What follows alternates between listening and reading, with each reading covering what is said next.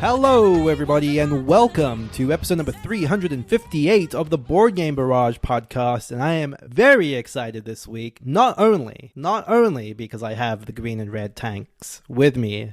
Hello, Mark. Hello, Neelan. Hello, Callan. Hello, Neelan. Thank you for diligently following along, Callan. But not only because I am graced by their presence, but because this is one of my favorite episodes of the year to do. This is our listener top 20. We have asked you, the listeners, to submit your top 20 games to us. I have taken all of that data, compiled it diligently into a definitive list of the listeners' And favorite. we want to thank the listener. Well, there are also going to be some special thanks when we get to the middle of that. So, you can brace yourself for some people I will be very specifically calling out for their contributions to our top 20 list. But that will be in the second half of the episode.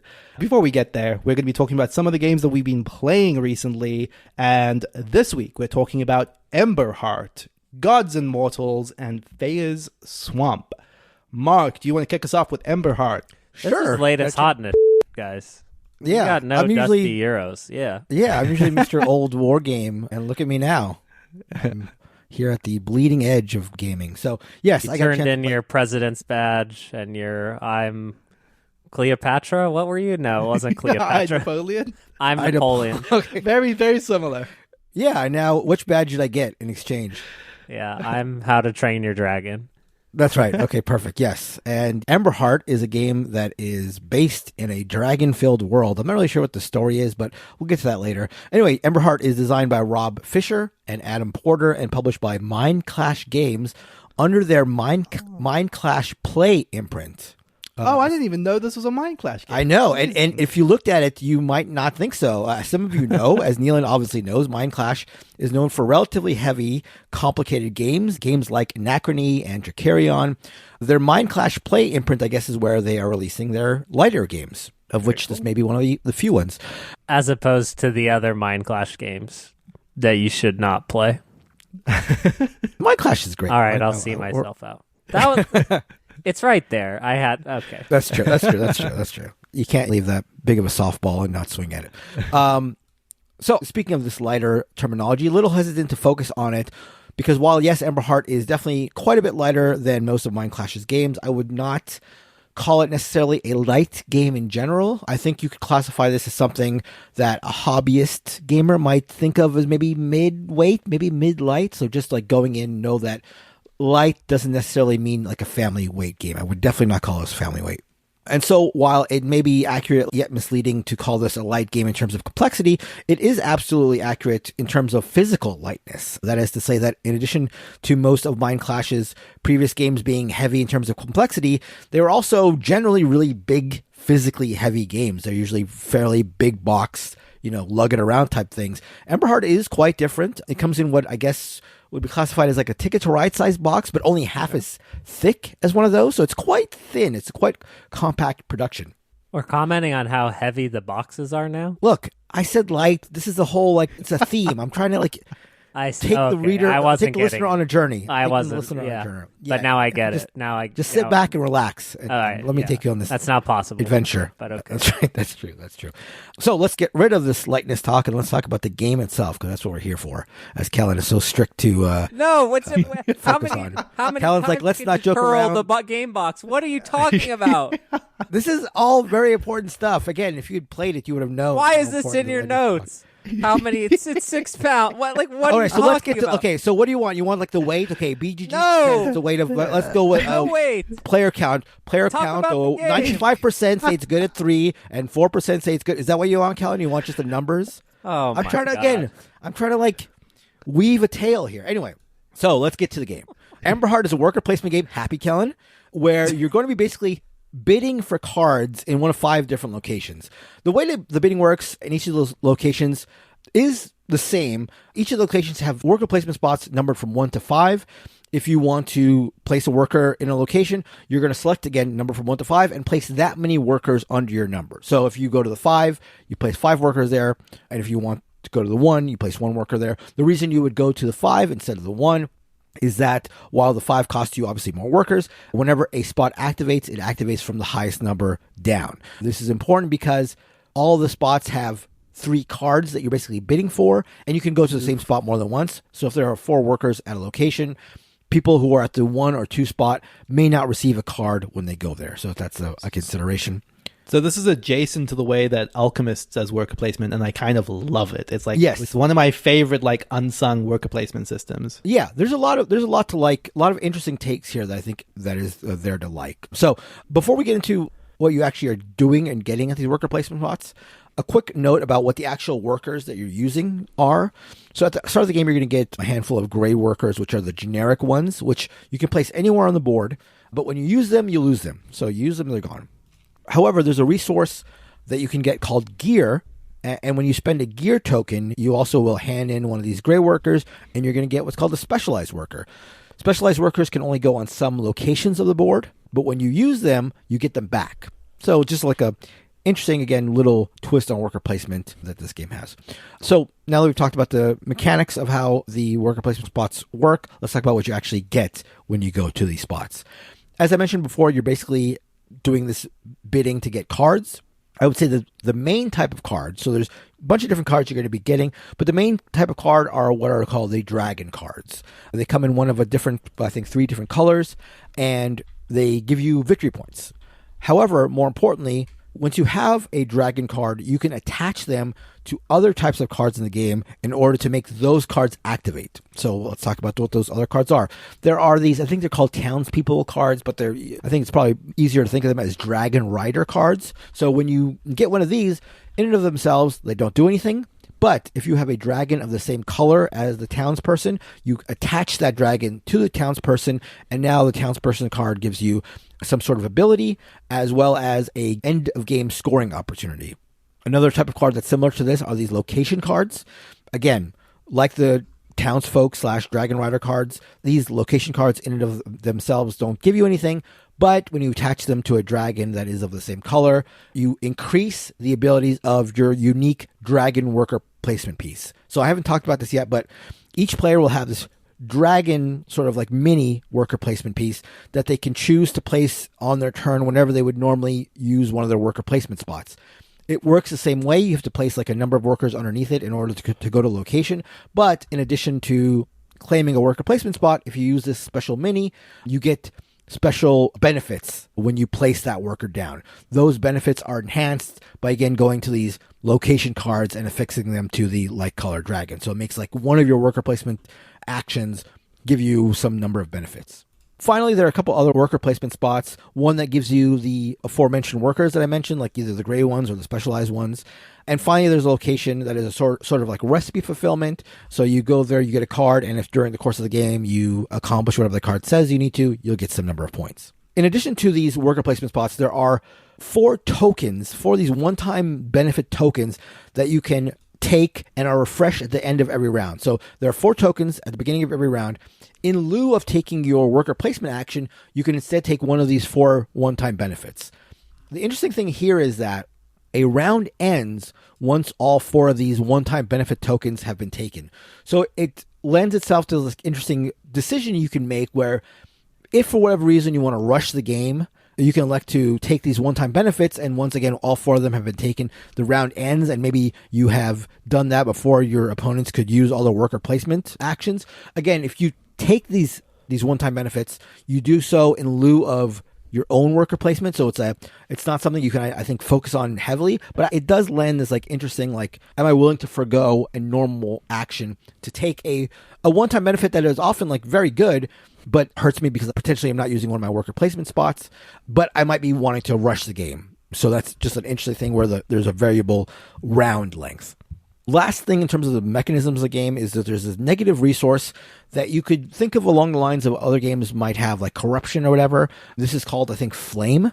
And some actions you do or some cards you get will increase your flame number. This is important because at the end of the game, whoever has accrued the most flame gets 0 points, and then all the other players will get some number of points based on how far away from that player they are. So it's sort of punishes the player who gets the most flame, not by taking away points, but instead, like if you are able to play in a game where one player gets a lot of flame and you're able to get much less than them, you are going to get a much higher number of points. So there's some variability game to game there in terms of like, is this going to be a game where players are getting a lot of flame and then you maybe can take advantage by not getting any, or is this going to be like a low flame game and that's not going to be a consideration? Just an interesting sort of twist on the whole negative resource thing. So that's basically how Emberheart works. The game is 5 rounds long. Let me get back, as much as Kellen hates this, to the lightness thing. This is, a mid to light game in terms of rules complexity. And also, it's relatively quick. I think our game was done in about an hour and a half. And I think that's probably on the high end. I think, now that we have played it, it would go much quicker. I think the box says, 60 to 90. And I think that is accurate. I think you could definitely play this in 60 minutes. And for that, for how slim it is physically, for how relatively rules light it is, and how relatively quick the game is, I think that it packs a lot in it. And I think it does a lot of things when it comes to like a worker placement, which is a game mechanism that has been done a million times, and it's kind of hard sometimes to find things that are unique in that type of game. I think there's a lot of things that maybe none of which you haven't seen before. This is all stuff that you certainly have seen in other games, but maybe not combined in this way. I like the variable round length based on when these one-time benefits are taken. I like the negative corruption. It sort of reminds me of Glenmore, where your points were based on how relatively far away you were from other people. So that's an interesting aspect to it. And I like as Neelan talked about, the way the worker placement is done. Like you can jump ahead and make sure that you get the card you want, but it's going to cost you more of these potentially temporary workers. So a lot to like there. I will say that it falls a little short of being a game that I loved, just because for all that I liked, there isn't too much variability in the games. Like I've played now a couple times, and the variability I think basically comes from these Dragon Rider cards, where you are potentially getting different abilities round to round based on if you can get them attached to light colored dragons. But other than that, I think games will play out mostly in the same way.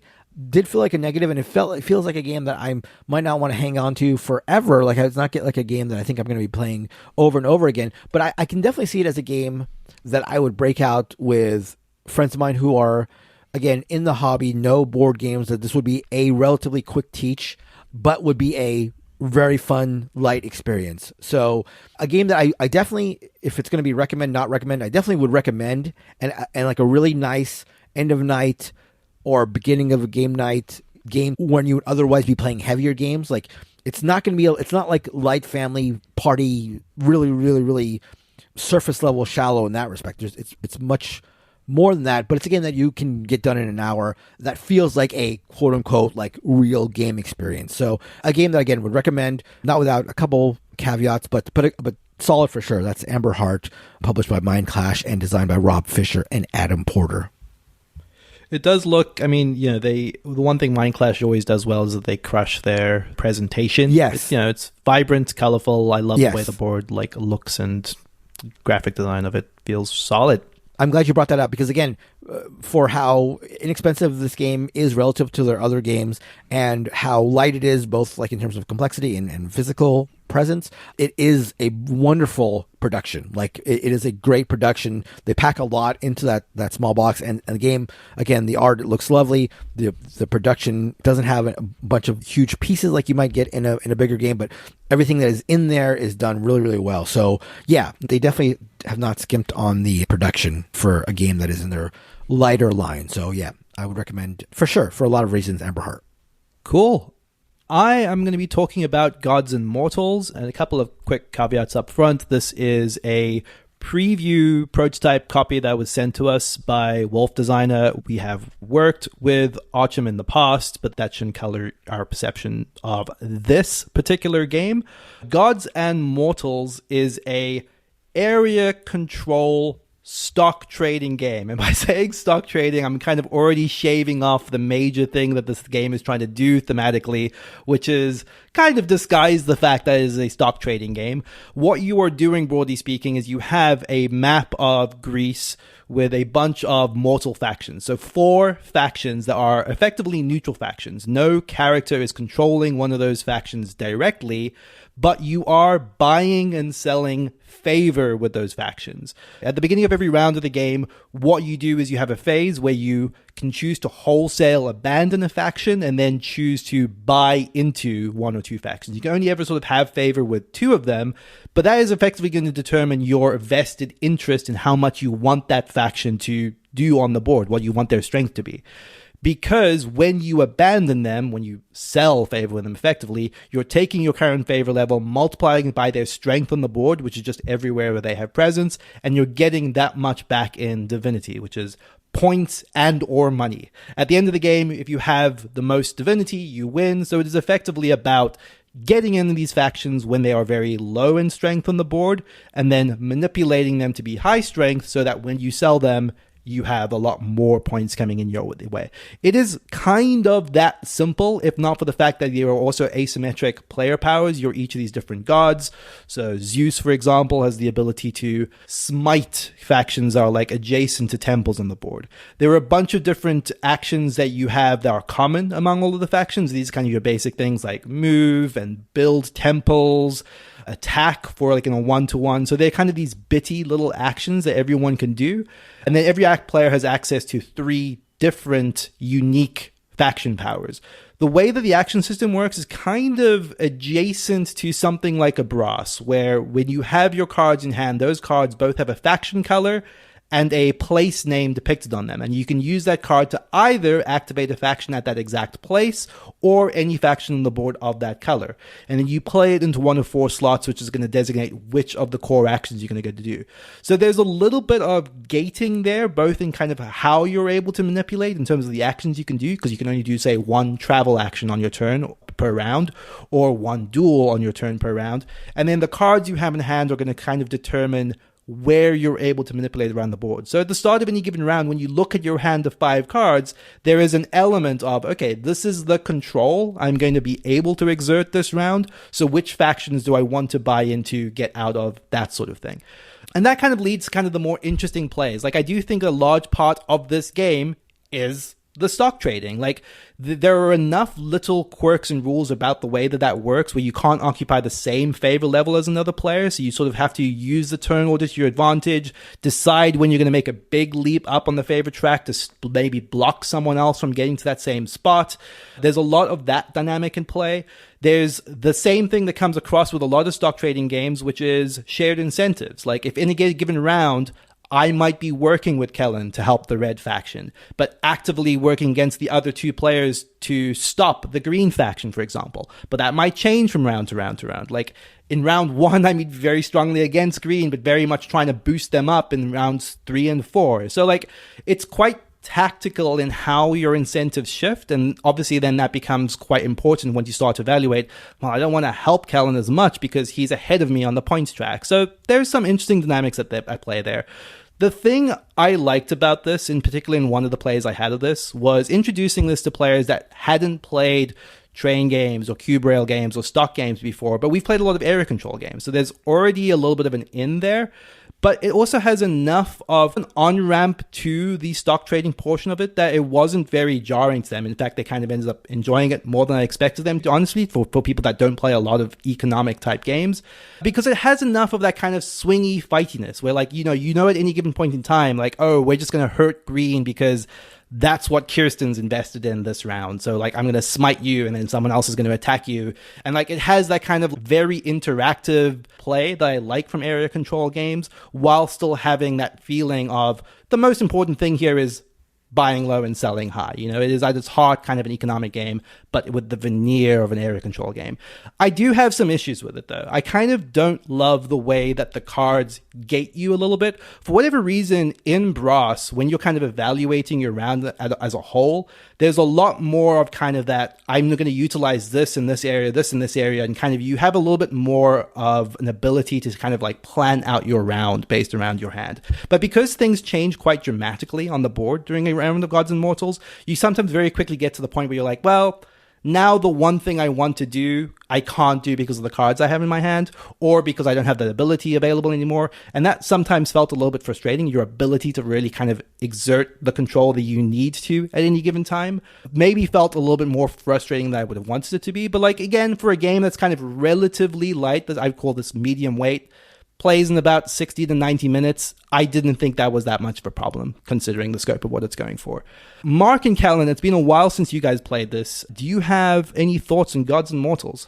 I remember having a good time, and we played it online, but kind of feeling a little like in an area control game when I can't just do anything I want, I sometimes get annoyed. You know, like I want to be doing more. And I can see that being frustrating for certain folks.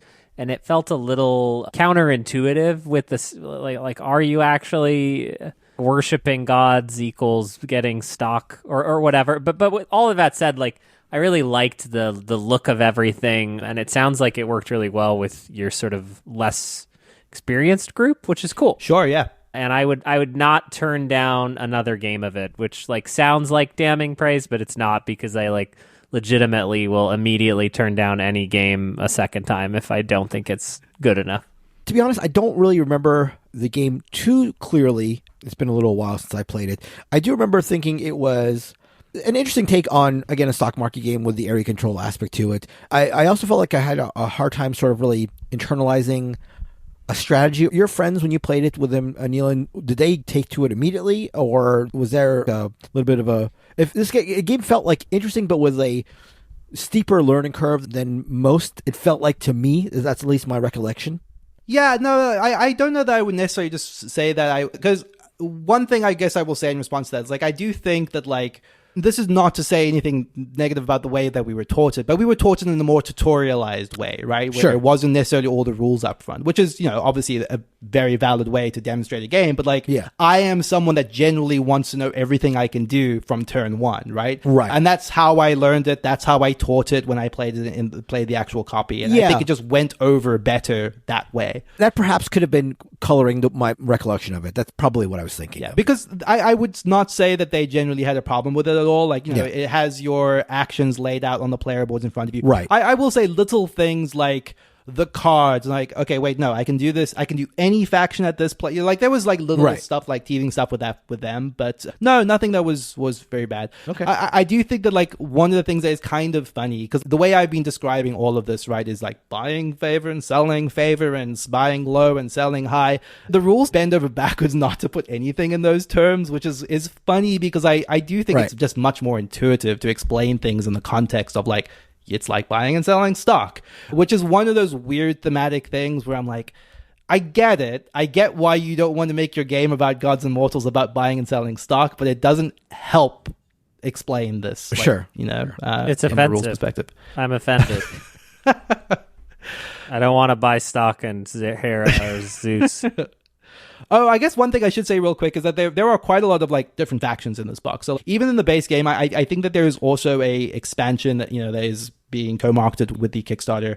But there are a bunch of different, like, ways, and those matchups kind of feel to me like if you had a different group of gods in play, it would be quite different from game to game. In fact, the games of it I played in person felt quite different from the god I was playing when I played it with you guys a few months ago. Though, again, my memory of that is spotty. But even the two games I played in person kind of felt like, wow, these actually felt very different with just a different combination of gods. So fairly high amount of variability, I would say, from that perspective. But yeah, that is Gods and Mortals. That is currently on GameFound as of right now. And thank you to Wolf Designer for sending to us.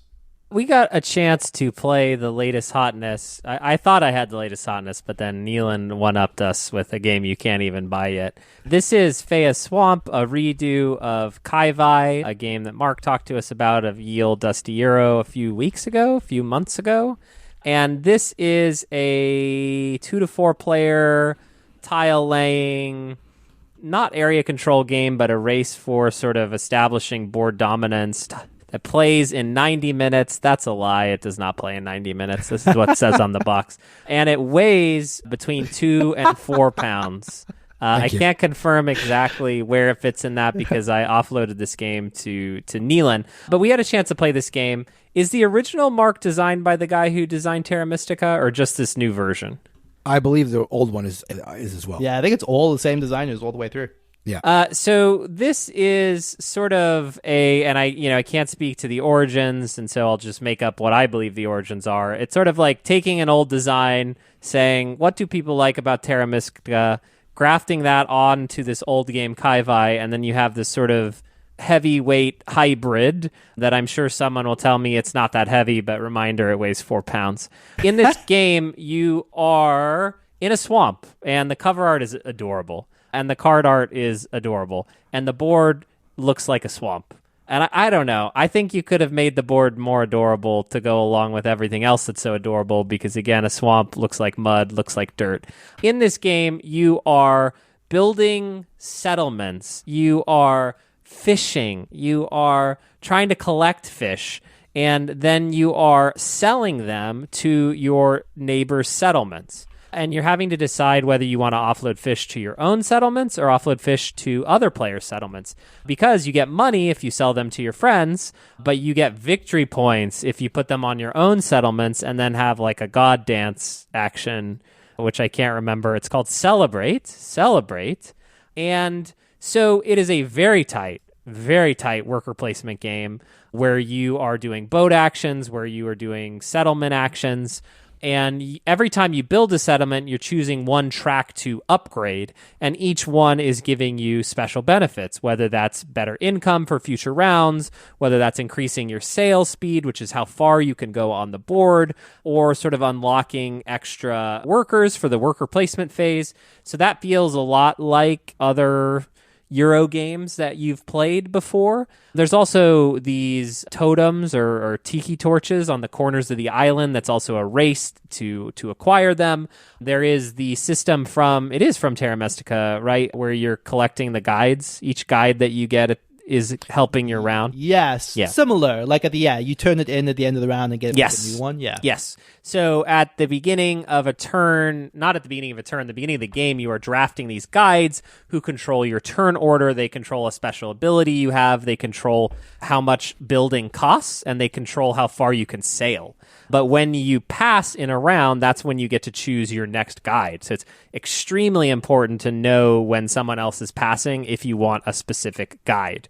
The game plays over 4 rounds, and it does have a pretty interesting tempo consideration because if someone has fished a ton, you may want to be building settlements so they're dropping off at your building. But if no one has fished, and then there's a bunch of celebrate actions sort of waiting to happen because they've all been dropped off, and then players are racing for turn order to be the first one to celebrate. And at the end of the game, you score points equal to and this is so funny because I had to reread the rule book to look at this, and the rule book is atrocious. But the victory points are, you take each island and you count how many settlements you have, and you multiply it by the sum of the number of the spirit spaces that are on the same island.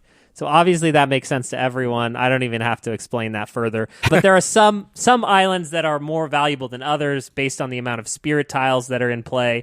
And so there are also end-of-game scoring conditions that are randomized each game. And there are also races that you're going for, which are sort of changing the strategies game to game.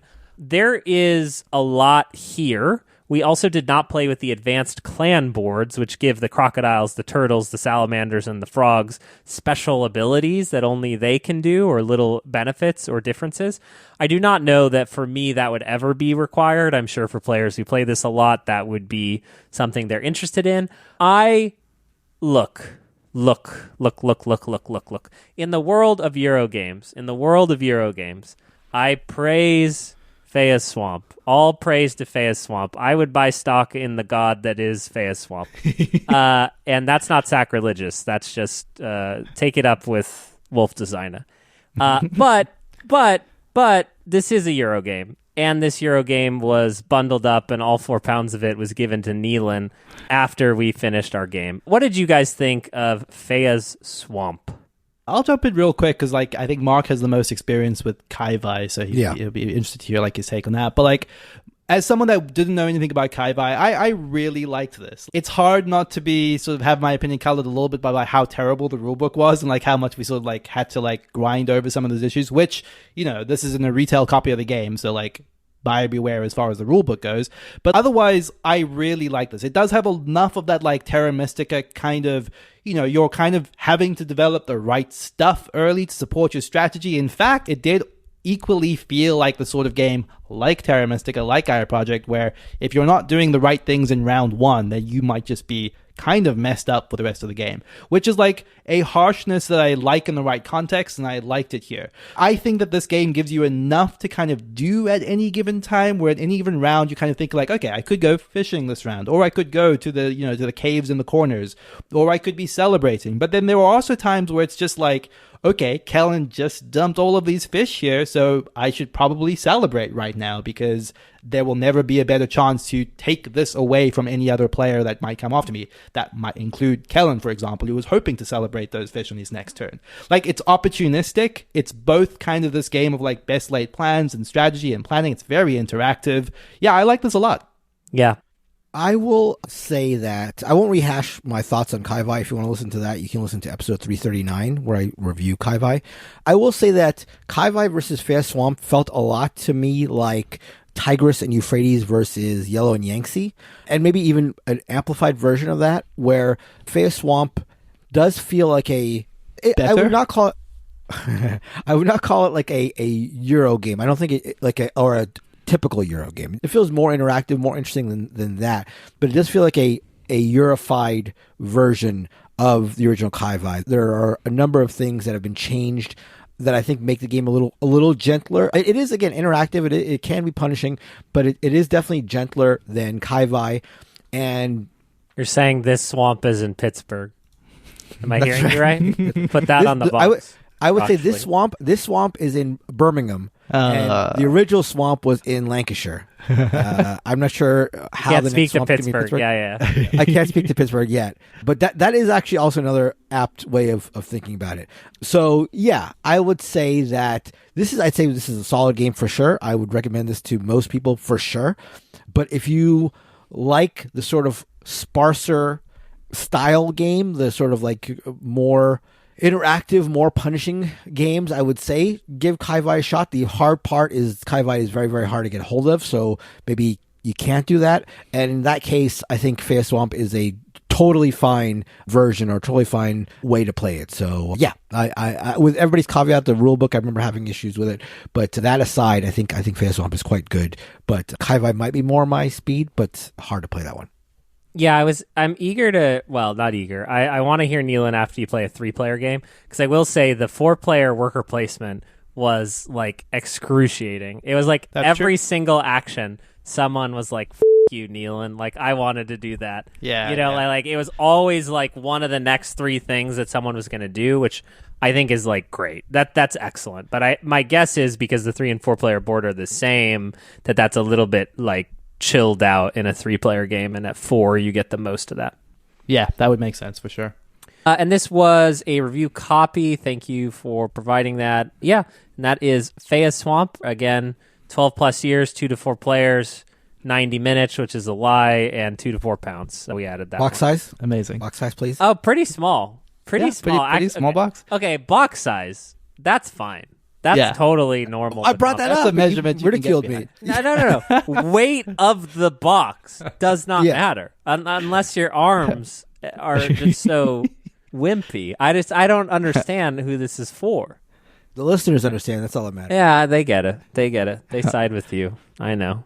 Okay, let us move on into the second half, the listener top 20. I do want to start this in all sincerity with thanking everyone that submitted. It's always incredible just seeing like how many people end up submitting. Like, we have hundreds of submissions, and it's wild to sort of have to go through that and like see people being excited, talking in the Discord about like ranking their stuff. So thank you to everyone that submitted. I am going to, like, as I alluded to earlier, start with some special thanks. I'm actually not going to name and shame people specifically, but there were a couple of people who, despite all of my insistence to follow rules, there were 2 people that, get this, sent me the URLs of the pages of the games on Board Game Geek. For accuracy. Well, thank you. Yeah, that was great. I had to like click every single one of these links to get the actual game name. Thank you very much for that. Well, you're not going to name and shame? Don't be little. No, that feels harsh. I won't do that. Shame. You've gotten soft in your old age. Then I would also like to give some special thanks to someone who I will name, because this is a pseudonym, I hope. But the Ornithologist, thank you for your 20 submissions of Angry Birds, Star Wars, Jenga, Rise of Darth Vader game. Oh, yeah, that's a classy gentleman. And thank you to, quote, not Mark, who submitted only Biblios. Okay, well, first of all, appreciate it, and you can use my name if you're going to do that, so that's fine. I'm all for it. Okay, let us get right into it. They're doing jokes with the submissions. And that wasn't Mark. I just want to be clear. That one Yeah, was just be not clear. Mark. That definitely wasn't Mark, to be clear. Yeah, it is actually, it's one of those things where it's like, because it's literally too much data to like make sure I'm like reading everything top to bottom. Like, those are the two jokes I caught. So if there was anyone that like submitted any other thing else in there, thank you. But I may have missed them if you did. But yeah, let me get just into to clarify, the listing. Oh, yeah. Not Mark still counted, though, right? Oh yeah, totally. I mean, I did. Sure. I legitimately did not remove those two submissions. Oh, Wait, okay. what? Yeah. You can't submit 20 Biblios? No, that one was just one Biblios, thankfully. I So see, that I one, see. that one Hey, I'll didn't take color the data too much. Okay. But we do know that if Biblios has moved up at all, it might be because of that number one spot. Agreed. There. So yeah, exactly. So bear that in mind when Biblios definitely does not appear on the top 20. One thing I do want to point out before we get into it, because I thought this was kind of cool. I don't really understand how this happened, but one game that just missed the list, like literally hit 21 by jumping up 21 spots, was War of the Ring, which I thought was really, really cool. I don't know how or why that happened, because it's an older game, so it's not like it was just like a sudden resurgence of the game of appearing in the market. I do think enthusiasm around the collector's edition kind of maybe had more people playing it potentially. But I thought that was cool because I love War of the Rings. This could be creeping onto our top 20 in future years as those. What is the name of the card game? Is it War of the Ring, the card game? It is War of the Ring, the card game, and it was 100% counted as a separate entity. Yeah. Interesting. Yeah. I wonder. Huh. Yeah. I don't But yeah, know. that You was want to encourage the Lord of the Rings people?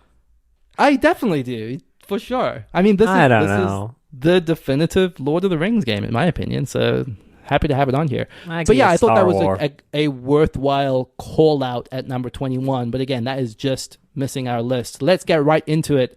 I will be mentioning as these things move up and down. At number 20, I will say one thing that did make me grateful that War of the Ring wasn't one spot higher is that number 20 is A Feast for Odin. What was it last time? It was just off our list last year. So yeah, it was at 21, moved up one spot into number 20, back on the top 20. This is a bad sign already. We're already starting off on a bad foot. Yeah, what's happened to the listeners so far? This is concerning. Concerning start. I mean, it started very brightly with the Biblios talk, but now we've already become tainted. Falter, yeah. Yeah, I guess I don't want to sort of unpack too much when something moves up and down one spot. But yeah, Feast for Odin, a great game. Obviously, I love it. Number 19 on the list, also moving up one spot, previously 20, is Agricola. Okay. Better. Stone Cold classic. Better. See, these people get it now. It is interesting because I do kind of feel like I get the sense that there are maybe less people talking about Agricola than in the last, let's say over the last 5 years than like before that. So like it's interesting seeing that it's still like holding strong and like that, that. Yeah, I think like A Feast for Odin is dead, eventually is my take. But Agricola's gonna and Agricola, yeah, definitely. Yeah. I believe Fair. Terraforming Mars. This is selfishly one I was happy to see slip down a few spots, down 4 places to number 18. Okay. So maybe on the way off of our list. Interesting that Terraforming Mars would have been so high. I didn't remember it was 14 last time, but God, maybe I should give this a game another shot. I noticed it's so universally liked that maybe with like the prelude and all the expansions, there's something there. That could be it. I never hate a game of Terraforming Mars, but like same. every time I the thing that always happens every time I play is I do get 2/3 of the way through it. I'm just like, oh, it's still going. Like I kind of feel like it doesn't run out of steam, and using that as a pejorative, but like it doesn't run out of steam as quickly as I would want it to for like an engine builder. Yeah. Okay, number 17, up one spot, is Guards of Atlantis 2. Okay. Speaking of Wolf Designer, interesting how stable these have been. Sure, with yeah. So many people voting. You'd think there'd be a little more volatility, but so far pretty stable. Totally. I will say there are big moves coming, but nothing like crazy dramatic. But like, the bottom half of the list, or certainly the bottom quarter of the list, definitely relatively stable. Gods of Atlantis 2 definitely is something that's been like, I would say, a perennial Discord favorite. Like, I feel like there's a pretty vibrant community of people there that love that game. And so far, the first game to depict the members of BGB. That's true. That's the first and game. Only. Well, probably only to date. We haven't heard the rest of the list. Oh, yeah. Got it. I forgot. Yeah. Okay, this is one of the big movers, I would say. I would say this game has historically always been in our top 10. Any guesses as to what has fallen down 8 spots? 8 spots, okay. What is out of favor right now? Yeah, I don't know. Give me the main mechanism. Or cards. Yeah. Okay. Not action selection. I want to say action selection. God, it's been a while since I played this. I'm just going to save us all from this embarrassment and say Concordia. Concordia slipped down 8 spots. That's still strong though. For totally as old as this game is, and for out of the spotlight that maybe there's been expansion. I can't think of anything. I know there was a run where a couple years. It's like a special edition, right? Is there one? That's right. Okay, it was not aware. Okay, maybe that's it. Special edition, AI art for everything. That just got like hit Kickstarter, right? Like hasn't come out yet. Maybe I don't know. Yeah, I don't. Yeah, it's probably not it could be that this would get a resurgence once that comes out back, potentially. Yeah. But yeah, I think there was a point in time where this was the number 1 game on the top 20 list, right? Which is when we first started doing this. So it's definitely been steadily moving down. And on to number 15. No, Nealon, we have to talk about this because the Concordia Special Edition is being vote brigaded because people are upset that she's showing too much cleavage in the art. Oh, God. I forgot to tell you guys about this. There's 704 ratings, and it's just everyone going AI art, and then plus, like, I can't believe this is the shirt she's wearing. That's very funny. I actually, like, in all seriousness, I do wonder how much of that, like, emanates in when people are thinking about the game in the context of top 20, like, negative sentiment around the game, you know what I mean? Yeah, or, like, it's zeitgeisty, right? Sure. Like everyone's talking about Concordia, and so, yeah, that makes sense. Okay, number 15 is at the same spot as it was last year, Tigris and Euphrates. Okay. Solid. A lot of evergreens, a lot of solid stuff here. Then, what's the newest game? You know what I mean? No, we're getting to that. Let's not jump ahead. We're not jumping ahead. Well, I don't know. Is there anything 2025 on this list, Neil? Why do you not like to take adventures, Kellen? Why do you always just want to get to it? We're building a story here, Callan. Yeah, I will say... You say that about me? I will say, because I don't think that this was going to be a surprise. There is not a game from 2025 in our top 20. Let me just double check something real quick before I say that definitively. Yeah, I agree with that. You gotta let it. You gotta let it earn its spot up there. There is stuff, and we will definitely come to that later. But like, there is stuff that's like been moving up the ranks, certainly, like in the way you'd expect. But yeah, nothing's broken into top 20 from within the last year, which that's respectful as far as I'm concerned. Like, yes, that's respect. That's exactly. No, respect the process. Respect the art. Respect. Yeah, exactly. Respect the process. Game. Give a thing its time to give it time to build. 100% agree. It's prestige. Okay, talking about building prestige, number 14, up 3 spots. Love to see it. Blood on the Clocktower. Wow. Talk about building prestige. What? Yeah. What? It's just like slowly, murder it's getting there. It's getting to number 1. That's what I mean. I see. It's not a game mechanism. I thought you were like, there are games where you earn prestige. That's what I thought he was doing too. Oh, I see. No. I just mean it's like, we're slowly getting the blood in the Clocktower heads are getting it up to number 1. Like as we're blood in the Clocktower heads. Yeah, that's what we call ourselves, the blood in the Clocktower heads. Very Elon's catchy the name. Head of the heads. You know what I mean? Yeah, the clock faces. Okay, number 13. This is a new. I have to assume, I did not go back and dig on this. A previous, in our top 20 maybe, but it's up 10 spots. So it was outside our top 20 last year, in our top 20 this year. El Grande. Wow. Okay. Resurgence. Like a year of the new, or sometime after the new publishing, the new version. Yeah.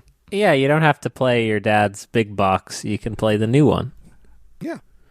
Granddad's edition, you know? This is good. Respect. Totally. I'm happy to see that. Like, like I feel like this is the sort of opinion that gets me roasted a little bit. I've fallen out of favor with El Grande a tiny bit, but like, I'm not mad to see older games be appreciated. Talking about older games maybe getting less appreciated, number 12 is down 5 spots. So out of our top 10 into number 12 is Castles of Burgundy. Yeah, this is on a downward. Like the besmirching of this in our Discord is like, what do these people think? Like Feld is on the rise. Feld should be on the rise. Okay, we didn't realize how good we had it with Feld. Look at you! Look at Kellen, the Feld defender. Yeah, suddenly the Feld defender. Wow. That's crazy. We did. May I direct your attention to the Feld rant, a very famous Kellen moment from the early podcast. I take it back. I was young. I was hot-headed. You disagree with this, Kellen. You think they're too low on Feld here. Or at least the Castles of Burgundy. I think we're too low on Feld. We played Notre Dame recently. Stone Cold classic. What are these people? What do they want? They want more Lord of the Rings? Marvel? I think we can chill out a little bit on Burgundy. I think Burgundy felt like unassailable for a long time, and I think it's getting chipped out a little bit, and I think that's fine. I'm with Mark a little bit on this. It's great. It's definitely great. Yeah, absolutely. Definitely great. Definitely a classic. But I don't need to play Castles of Burgundy anymore. Let's calm down a little bit. What do you mean? Calm down a little bit. Let's calm down a little bit. Let's just calm it down. Let's calm it down. Yeah. Okay, number 11 is up 1 spot. Hard to track the movement of this one over time necessarily, but Inish, I think definitely bolstered by the Legacy Edition coming out and the Nemad expansion, which I have not played.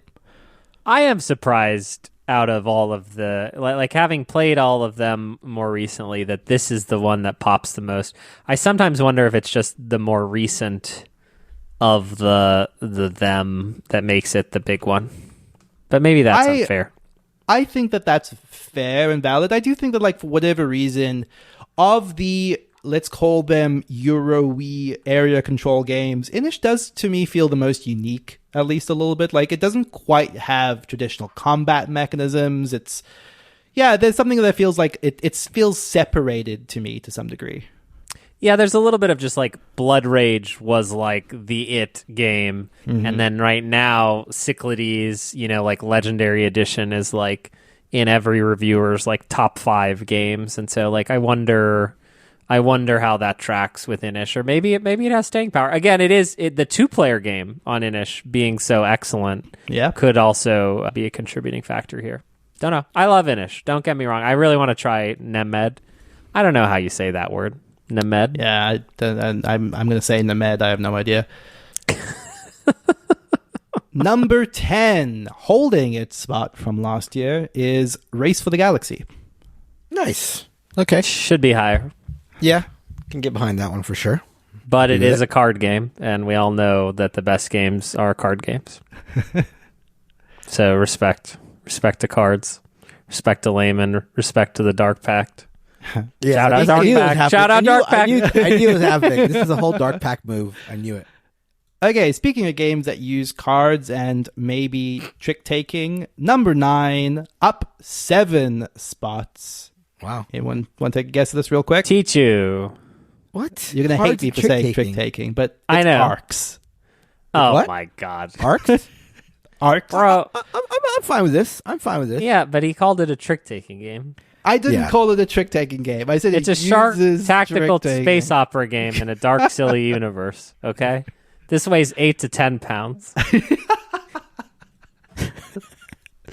I would be more happy if this replaced Root, which I'm sure it has not replaced on the top 10 list, but this is my preferred Whirly game. I agree. This is my favorite Whirly game. I would agree with that. What are you only Whirly once? Just once in the top 10? No, you can Whirly a bunch of times, but this is my preferred Whirly.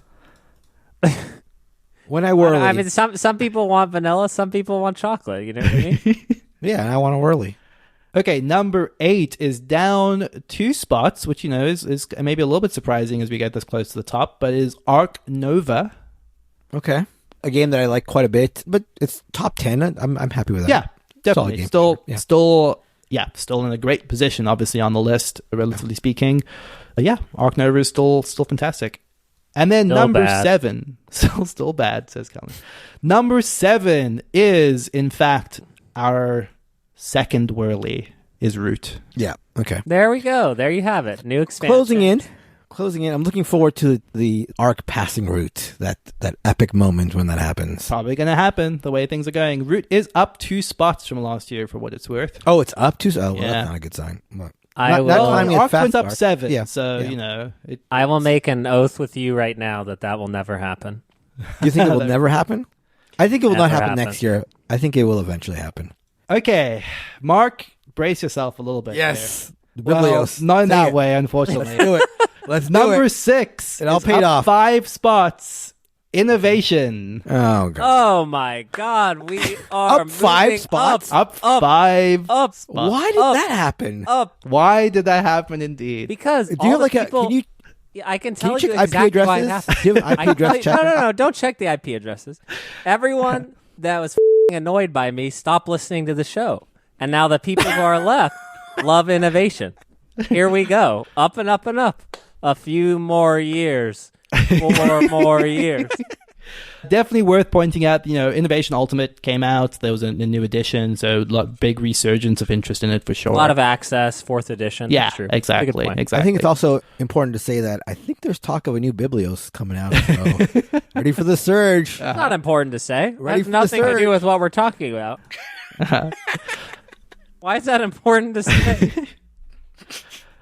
Okay, number 5, definitely a perennial favorite, but down 3 spots, which is a pretty big swing for this close to the top. From 2 to 5 is Spirit Island. Okay. I mean, a game that I want to, now that I'm playing solo games, a game that I wanted to get played more, but one that I've never loved. I know it is like very, very beloved to a lot of people, including our listeners, obviously, but okay, interesting. Yeah, I myself, I think this is maybe, I can't remember if this is still in my top 50, but this has been consistently in my top 50. I love Spirit Island. It's a game I always wanted to maybe get to solo a little bit. There's a digital version of it now that I would like to actually make a point to get into, but yeah, that's I think there's Spirit a lot Island. of other heavy co-op games now. There are. Yeah, there It are. was a It is little bit definitely- more novel at one point. That is very true. At the time, it did feel like this was the gamers co-op heavy game. Yeah. Okay, number 4, holding its spot, Ra. Wow. Okay. I did not remember Raw being this high up, but I'm very happy to hear that. Memory serves, it was a pretty big jump last year Yeah. for Ra. After the new edition. Yeah. I'm glad to hear it held, though. That's cool. For sure. Neil. There's a new expansion for it, which I forget if that's fulfilled. I would be still keen to try. I think it is. All I right. think it Will you do whatever I say after I say this to you, Neil? dangerous. Sure. Say the word and we'll cut it out. Overrated, but add the word raw in the rated part of it. Overrotted. Thank you. Moving on. You're welcome. Perfect. And then, Clip that. obviously, yeah. Clip out all the instructions. That's from you because I don't that's want from to. me. Yeah. I don't want to be liable for what the raw people say. Number 3, holding same position, Brass Birmingham. Okay. And then just as a reminder, because we reiterated this every year, I do not separate Lancashire and Birmingham. I tend to meld some other games, but I keep those 2 distinct. So despite not counting Lancashire in its votes, Brass Birmingham is firmly at number 3. Like it. And if the Lancashire people would just get on board, it could go higher. Number 2, basically swippy swapping with Spirit Island, up 3 spots, is Dune Imperium. Yeah. Wow. Which does, this does benefit from the merging of Uprising into the mix. Yeah. Okay. Do you remember if there were more Uprising or regular Imperium votes? Just out of curiosity. Oh, you know what? I don't know that I have that data at hand. Yeah, that's fine, that's I fine. would guess that it is certainly skewing towards Uprising. Uprising, It's I'm kind sure, of my yeah. sense of things, but Yeah. I think it's also one of those things where there are probably people that just submit Dune Imperium when they mean Uprising. Yes, I'm sure and that happens. Vice Yeah. versa. So, yeah. And then at number 1, holding the number 1 spot from last year, is Hansa Teutonica. Wow. That listeners- surprises me. Favorite game. That surprises me. Obviously, it's the password game, as we all know. That's important. But I feel like this is a little bit Castles of Burgundy-ish to me. I think this is like an unsaleable game that is starting to get picked at a little bit, no? I had the same thought. I have a suspicion that this is not going to hold the top spot next year, but, I'm not willing to make that bet necessarily, but... Yeah. That's interesting. Very, very interesting. I would not have guessed this. I would never. You don't realize that you don't want to be in the club because you say it to go in, but when you're there, you're at the wrong club. I will say this. The top 3 games, there's a little bit of gap when you go from 3 to 4, but the top 3 games are in a quite appreciable percentage difference of each other. So, there could be movement there that would happen relatively quickly, especially if Dune Imperium continues to rise. I could see it taking the top spot next year, potentially. Yeah. Very, very interesting. Yeah. Okay, let me go through... Sorry, give me 1 second just to find my notes again. Okay, and this is where all thanks to the listeners, right? No thanks to Neon, but all thanks to the listeners. They are kings and queens in comparison to BGG, right? Like, let us compare the top 20 on BGG to this list. This is a dramatically better list. The only thing is, none of these people know how to party. That's all I'll say. Like, if we're having a party, none of you are invited because none of you know how to party. But compared to BGG, pretty good. Am I right? I would definitely agree. And to be clear, it took me a second to realize that you were not just slamming our listeners when you said they didn't know how to party. I'm like, what is Kellen saying? But you're obviously referring to lack of party games. What? I just wanted to make clear that you're not. Well, I have literally, we had a bunch of listeners at my house, like, having an ostensible party, and I thought they were great. But I'm just clarifying that also Kellen, I'm sure, thinks that they're great. It's just a lack of party. No, I said they were kings and queens. Yeah, Mark. Right. Yeah, so yeah, okay. I don't understand. And again, all thanks to them, none to Nealon. None to them. That we can agree on. Talking about party games, I think one thing that's interesting, one of the things I always like to compile is who are the biggest movers. And these aren't necessarily the ones that made it into our top 20, but like within the span of the top 200 where the data is still like pretty good. Monikers is one of the biggest movers, down 55 spots from its position last year. Okay. Wow. So there's some party game depreciation for you, as well as Crokinole down 50 spots from last year. That feels that feels right with the sense of like where I think it is in general with the zeitgeist. Yeah. Something else I would want to call out, because it did move out of our top 20 pretty dramatically, unfortunately for Mark, is Marvel Champions, the card game. Fell 14 spots last year. I know there have been some issues with like different heroes being out of print and like a maybe a pause in printing of new ones. So that makes sense. I can see that happening. And then on the opposite end of the spectrum, just because this was such an anomaly to me that I kept checking the data over and over again to see if I had done something wrong or weird, but Pandemic Legacy Season 1 moved up 138 spots last year. So I don't know what that's all about. Some big fans. Big fan. It's like it could be a group of like 4 people who all listen. Right, exactly. Who all suddenly played it game. And I rates it number 1. Exactly. And then John Company's second edition moved up 30 spots. It's still shy of our top 20, but another very, very big mover. That and War of the Ring were the two, the second and third place big movers on the list. Okay, then a few more little bits of fun here. We always like to remind people who they are most aligned with, or rather, one more little games thing that if anyone was curious. The newest game on the list, or rather I should say the game that is from 2025 and or 2026 that made it into the top 200. The highest falling one is at number 76, which is Vantage by Stoneware. Okay. This was 3 people's number 1 game. Yeah. So, like, for a relatively new game, that seems pretty cool to me as someone that quite likes that game. And then if you're interested, there are other games that, the games that appeared most frequently as people's number 1s were Spirit Island, Gods of Atlantis, and Innovation. Kellen, were the top 3. Interesting. Okay. And those feel like different types of number 1s. Like definitely, yeah. Spirit Island. You have kind of your staple cooperative game. You have your very hobbyist. This is my game, and the game I play a lot in Gods of Atlantis. And then you have Innovation, which who knows what that's all about. Yeah, what are those weird. What? Have some respect. Otherwise known as Kellen's bots. Okay, then the people who most align with our tastes very quickly, I'm going to mention to Kellen, your number one most aligned person in the community is General Jack. General Jack. Respect. Military man. Military. Mark, Shane V3 is your the best version of Shane. Doppelganger. Yep. Shane V3 is my favorite Shane. Version 3. Really got it right with that one. And then I have a tie with Carl / Grumpug and Zeph7 as my doppelgangers. And then the person, or the top three-way tie for best BGB consolidated taste. This is Elongated Muffin, Sulseem, and Sorcretic. Okay.